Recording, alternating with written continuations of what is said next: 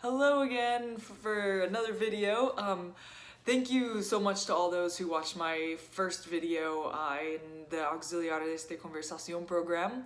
I want to thank you all for your positive comments and also for a lot of your questions as well. I love questions because it reminds me of when I went through the process and all of the different things that came up into my mind, so I'm able to better help you guys when you're asking questions. And so I also want to go on ahead and congratulate everybody who has taken that first step in applying or in considering the Auxiliares de Conversación program. As a first piece of advice, if you have any reservations about applying for the program, I would say just to put those beside you for the moment and to go forward with the process. And the reason why I say that is because the process is so lengthy that if anything comes up during that time period of by the time you are accepted, from the time that you apply to the time that you're accepted to the time that you need to leave and go to Spain, you'll have over the 6 months to make everything happen. And you never want to look back and wonder what would have happened if you would have just applied this year, especially because one little tip I'll go ahead and bring up right now, or one point I'll bring up right now, is the fact that essentially traveling worldwide isn't easy right now with COVID, and we are experiencing an epidemic that is basically restricting us from getting work abroad, from traveling abroad, and the Auxiliares de Conversación program is still running. And so what that means for you is that if you have that desire to go abroad, then this will be your ticket to go and live in Spain and to sort of bypass those restrictions that are put so harshly on us right now for good reason, but it will allow you that ticket. So I just want to go on ahead and have everybody consider that. So without further ado, I would like to go on ahead and talk about transportation in Spain. This is going to be super important, and the reason it's important is because you're going to Spain, I imagine, not just to teach English. I imagine you're going to Spain because you want to travel, you want to get into that country, you want to go all around it, you want to go to surrounding countries, you want to just discover Europe and all of its greatness, and most specifically Spain. And so I want to go ahead and give you guys some common ways of transporting, of like traveling around the country, and also, give you that first arrival scenario as well. I'll give you mine because it's always good coming from personal experience. But so to go ahead and start, we'll go ahead and talk about just like the different modes of transportation that you can take. So number one is going to be probably my preferred way of travel in Spain. And it seems odd because many people don't like this form of transportation, but it's actually amazing in Spain, I think. And I've traveled a lot in Spain, but I would say that the bus system is supreme. You are going to find that it's probably the most affordable and comfortable way to travel throughout Spain. So there's a few different bus companies that I would suggest, and those are basically the ones that I would always take most of the time. So basically my number one choice in Spain is Alsa. And Alsa, the reason I suggest Alsa is because basically they're a Spanish company, I believe so, and they run all throughout Spain. So really anywhere that you want to go, they're going to have the most times, they're going to have the most, connections to where you want to go. And really, when it comes down to it, you're going to find really great value, and it's an affordable way to go. So, talking about the cost, it's very reasonable. I would like to go ahead and just sort of give you an example. So when I was working as an auxiliar de conversación, I lived in Bilbao. Well, just like 15 minutes outside of Bilbao, a town called Portugalete, and I would go to Bilbao to catch the bus. And I would often go to a town called Donostia, San Sebastian, and this one-way bus ride to San Sebastian will cost me €6. literally €6 one way, so €12 round trip. It was really affordable. The bus ride was, everything was clean, everything was always on time, and it was just a trustworthy bus. So I would say take Alsa for most of your journeys around Spain. Take the bus, take Alsa. So to sort of give you an idea of the cost in a better range, so that trip from Bilbao to San Sebastian was 1 hour. So €6 for 1 hour. When I would travel, let's say from Bilbao to Madrid, which I did often, it would be around €28. So this was a one-way 5-hour trip, and really comfortable again, Wi-Fi, everything you need. So again, we'll also consider that for most of your trips. And I'll give you some scenarios a little bit later on. But the best way to book your ticket is, I would say, avoid going to the ticket agents in the train stations. The moment you arrive in Spain, you're going to need to get cellular data anyhow. And I'll explain more of that in another video of the arrival, what you should do upon arrival. But basically, you're just gonna want to download the app. Also has a great app. You can just download it and you can book tickets from there any time of the day. And you have time to cancel if you needed. And they'll give you, if you do cancel, they'll give you a, you can use credit for another ticket. All right, so the next bus I would suggest is to take Flixbus. Flixbus, again, that one travels all throughout the world, actually. I think in the US, in the UK, in Germany, France, everywhere. It goes everywhere. So Flixbus was actually the bus I would take when I would go from Bilbao to Portugal. I did a couple trips there. This was really, as far as the cost goes, so cheap. I find that Flixbus actually runs promotions quite often, and the first time I went to Portugal, I went to Oporto, and it was a 12 a.m. ride from Bilbao to Oporto, Portugal, and I arrived around, that was the 10-hour ride. So I arrived around like 10 a.m. or so, and traveled really late in the night. And I got that ticket for €1, literally €1, and I met one of my best friends on that bus too. So it was a fabulous experience. Wi-Fi, although I slept most of the time, it was really empty because it was such a late night bus ride. And overall, just comfortable, good. I trusted the driver. We had breaks for the restroom and like to pick up snacks and whatnot. So good experience, 10 out of 10. Now I'm not gonna say, actually I probably shouldn't say 10 out of 10 for anything because everything has their good and bad.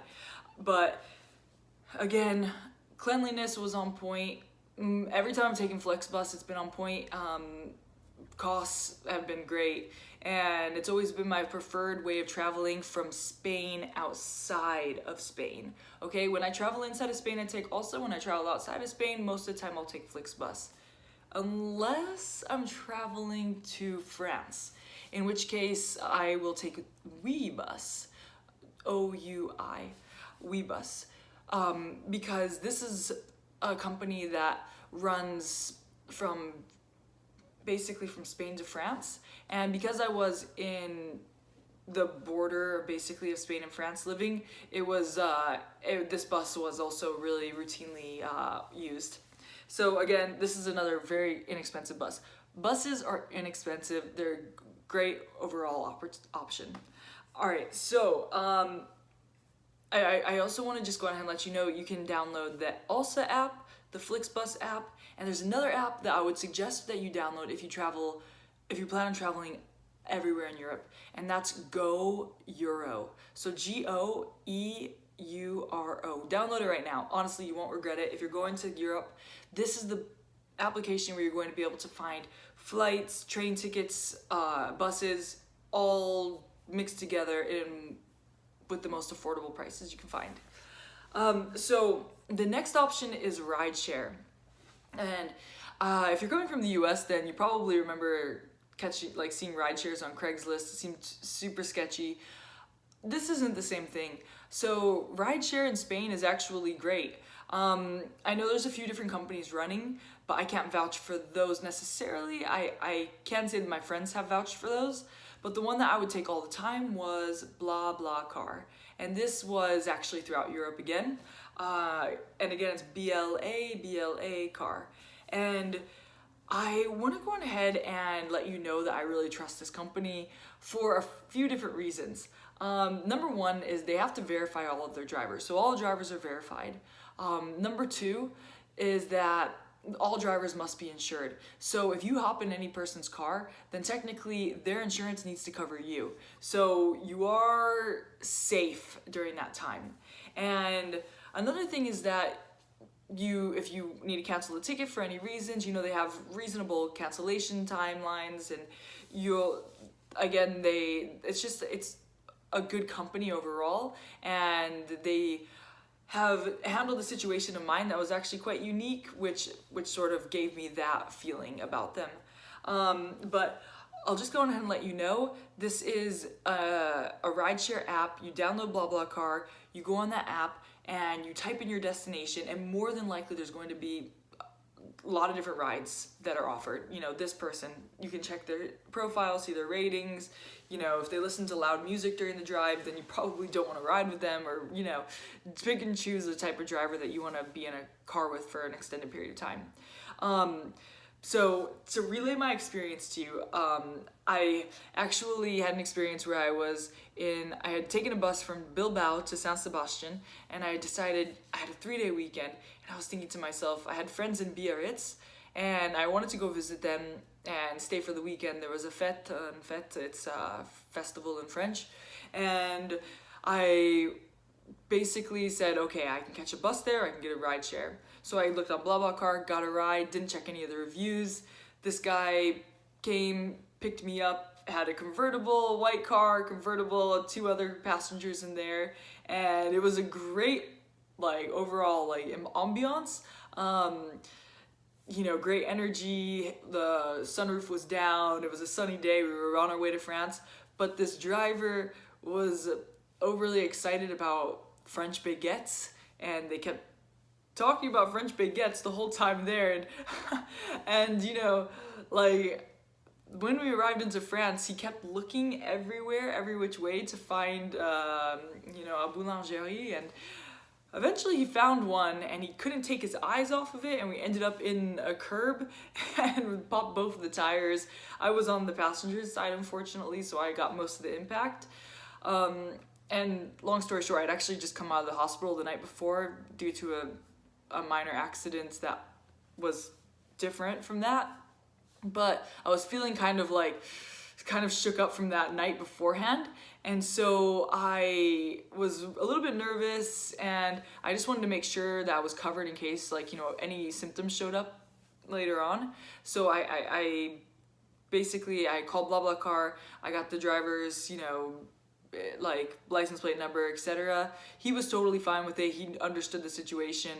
And I contacted Bla Bla Car, and I told them about the situation, and they contacted me back literally within 30 minutes, are you okay? Is everything okay? We've been we're gonna contact the driver, etc. And they basically told me, if I need to make any doctor visits or anything like that, then they'll have my back. So it was a good experience. So if you're feeling skeptical about taking a rideshare, I would say don't be.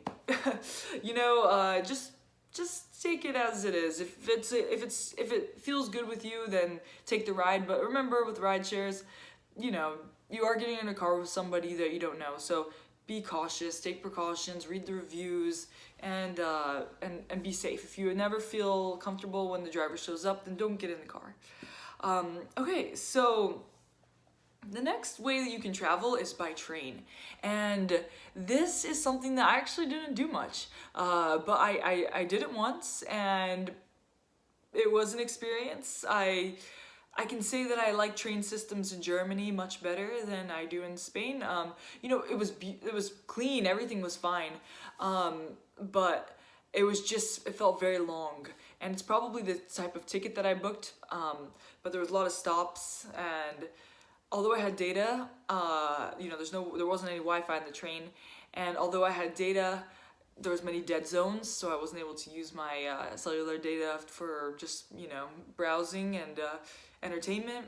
And so I found that it was, a more patient the experience that required more patience. But again, I love trains, so it's okay on occasion, right? But if you are going to take the train, then a lot of times in Spain they'll refer to it as Renfe, and so that's actually spelled R-E-N-F-E. The Renfe, the way you'll hear them say is like, ¿quieres tomar el Renfe? Okay, so the Renfe is basically, it's where you're going to book all your train tickets. You can go to the ticketing station, or again, you can download the app Renfe, or go to renfe.com. You'll find your tickets. All prices are comparable most of the time to bus ticket prices. So again, a trip from Bilbao to Madrid was about 33 euros. And this is just, take the option that was most convenient for you. The other thing I found about train stations is that about the train is that train stations aren't as easy to come along as the bus stops. So I did find that most of the time the train stops were further out from the location that I wanted to go to. So keep that in mind.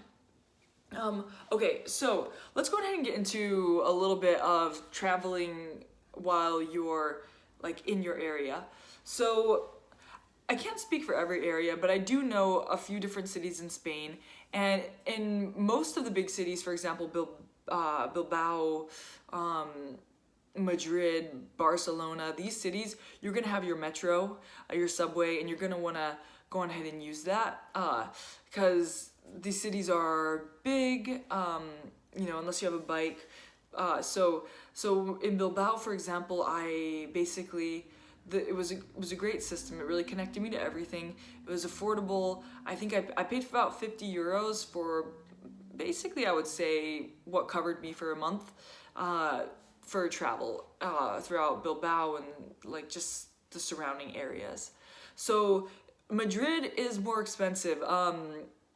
Again, I would purchase like about 10, I would put money on my card. That's how it works in Madrid. And I think a trip on the metro or on the subway is basically a little over 2 euros.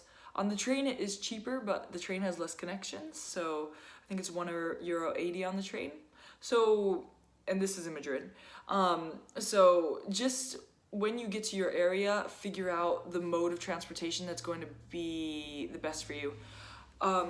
So arriving to your area, so I'll go ahead because again, there's a lot of different scenarios you can take, so I'll give you mine. Again, I was assigned to a school in Portugalete, and which is 15 minutes outside of Bilbao. I booked my ticket from Los Angeles to Madrid because I had a friend who was living there. I could have booked directly to Bilbao, but I didn't because it was more like 400 euros more expensive. So I booked my ticket to Madrid, stayed with a friend for the night, and I got an Alsa bus to Bilbao. And overall, I think my ticket from Los Angeles to Madrid was so cheap. I think it was like 180 euros or something like that, 200 euros. And I took Norwegian Airlines. This is really, so it was 230 euros, yeah, because Norwegian makes you pay for your baggage.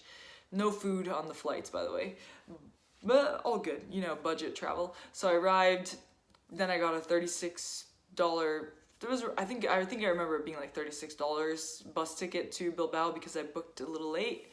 And and there you go. I arrived to Bilbao, and then I had 2 suitcases in hand, both dragging type and rolling type, and I basically caught the metro, and then I took another line over to Portugalete. So I just want to say, when you arrive, just be savvy. You know what I mean? Like, you're going to have to stitch together some tickets. You're going to have to stitch together some modes of transportation. But just be savvy, Okay, so let's say you're going to a place that's a bit more in, like, a country area. That's when you're going to want to arrive to a major airport, take a bus to the nearest town, and if there's no buses going directly into that specific town that you're in, then, you know, you're gonna have to maybe even look for local buses. And this is something that is a bit more difficult. You have to be, you might have to ask locals, you will have to look into this beforehand, but local buses are a thing in Spain, but sometimes, you know, the horario, the schedule, is more difficult to navigate when you first arrive. So if that's the case, get on a Facebook group, ask people how they arrive to that area. Just do that. Another thing you can do, again, is look for a rideshare. If it's a spot that maybe like is along a route to a major area, then most of the time what Bla Bla Car drivers will do is they'll drop you off in a certain area so you can get into your town. They'll drop you off in an area along the way. So be savvy. These are my quick tips for you. I know this video, you know, like we're talking way in the future here, but there's lots of fun ways to travel in Spain. I mean, even you can like get on your bicycle and you can even walk across Spain. But that's for another video. So thank you so much for watching. And again, drop your suggestions about when you want to hear below. I know a couple people mentioned they want to hear about filing taxes after working for the program, and that's a good one. That's I've already started preparing it. I think you guys are gonna want to hear this one, because especially if you're a U.S. citizen, because it's filing taxes as an expat, or you know, or as a citizen working abroad, can be tricky. So stay tuned for all of that, and thank you so much for watching. Bye.